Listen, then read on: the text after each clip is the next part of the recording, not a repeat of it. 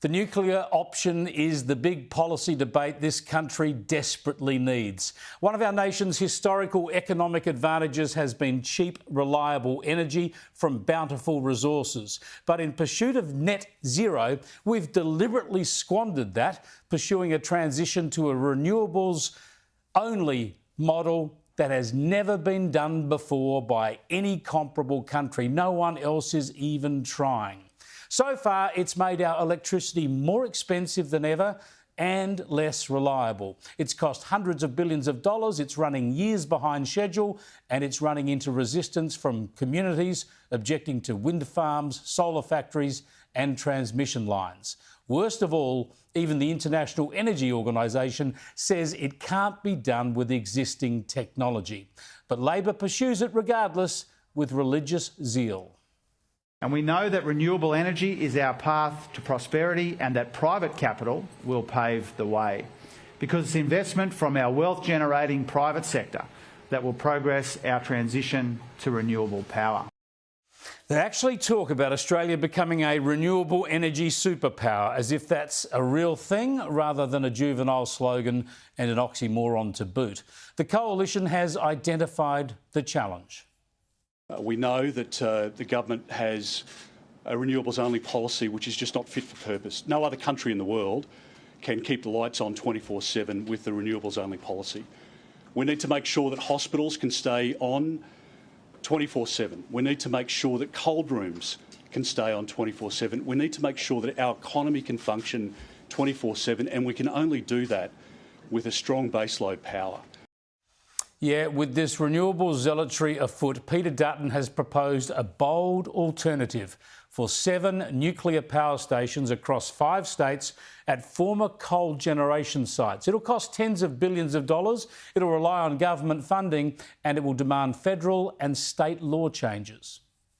It will mean that on those end-of-life coal-fired power station sites, we can utilise the existing distribution network. This is a really important point. Labor has promised 28,000 kilometres of new poles and wires. There's no transparency about where that will go, and we've been very clear about the fact that we don't believe in that model. Already, state premiers are running interference. Even the LNP opposition in Queensland say they oppose this, obviously not wanting distractions in the lead up to their October election. As for the federal election, this is a game changer. If Mr Dutton wants a referendum on on energy policy at the next election, we're up for that.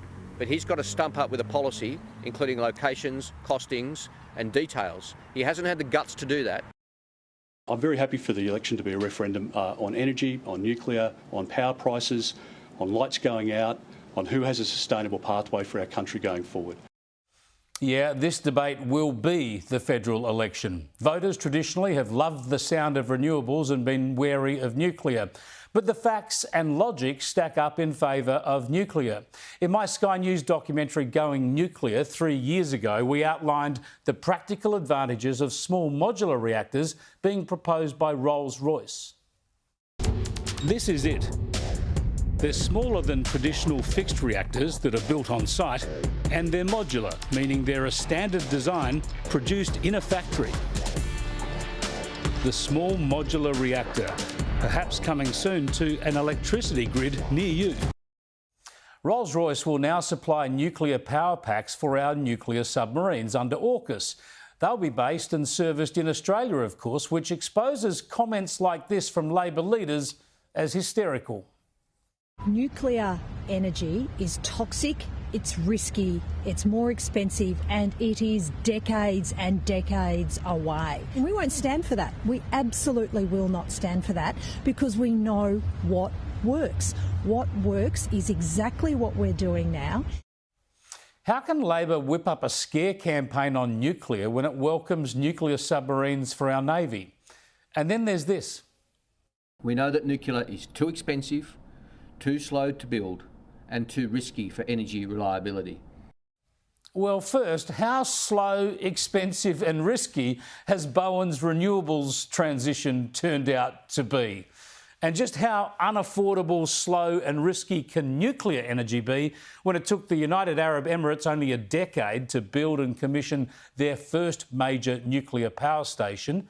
And when world leaders gathered there last year for the climate summit, more than 20 leading nuclear nations pledged to triple their nuclear energy output to get to net zero. The declaration recognised the importance, efficiency and compactness of nuclear energy, and it was signed by countries who know a little bit about economic sustainability. The United States, Japan, the United Kingdom, South Korea, Finland, France, Canada and others. But apparently Chris Bowen knows better. And his mates from the Greens, of course.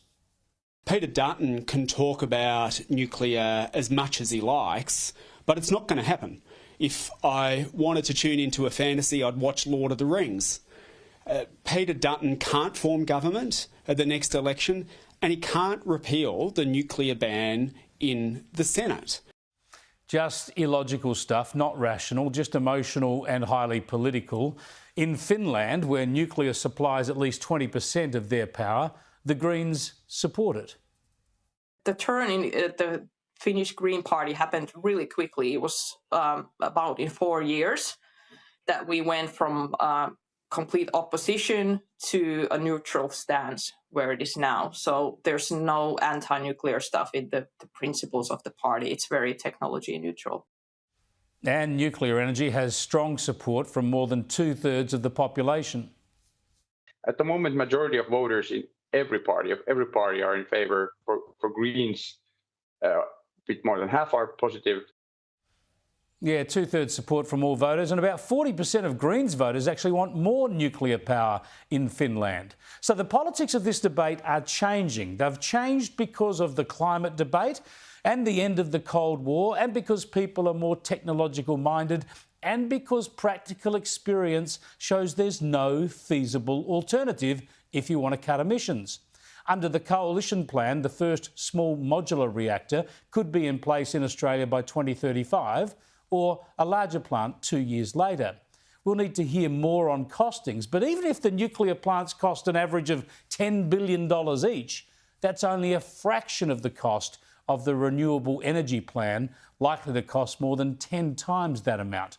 And state governments would soon come on board if the coalition won with this plan, of course. The truth is, the only problem with this nuclear plan is that we've wasted too much time and too much money fiddling around with renewables when nuclear was the obvious option all along. Now, this will be a major debate with many angles, lots of misinformation and scares, and there'll be ebbs and flows. It amounts to an IQ test for the nation. Instead of treating voters like idiots, Peter Dutton and the Coalition are detailing a big agenda that will demand some scrutiny, and they're expecting voters to be smart enough to weigh it all up. Dutton is offering the nation a chance to win back its energy advantage. There'll be 2 energy plans on offer at the upcoming federal election. The Labor, Greens and Teal plan of renewables plus storage, or the Coalition plan of nuclear with renewables buttressed by gas. Both plans deliver a dramatic shift from fossil fuels to net zero emissions. Both plans will take decades. That's fine. The target is 2050. Both plans are expensive, although the renewable plan is much more expensive than nuclear. Only one plan requires industrial-scale projects and transmission lines crisscrossing the nation. That's the Labor, Greens and Teal renewables plan.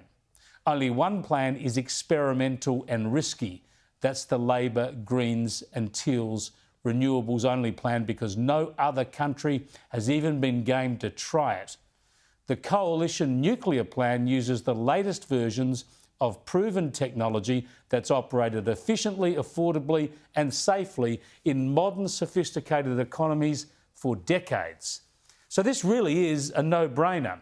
If you want reliable power without emissions, you must go nuclear. Labor, the Greens, the Teals, the unions, activists and the big money of renewable energy investors, they'll try to kill off nuclear for their own benefit. So as I said, this will be an IQ test for the nation. Peter Dutton has given us a once-in-a-generation opportunity to make a rational decision and modernise our nation. I hope we're up for the debate.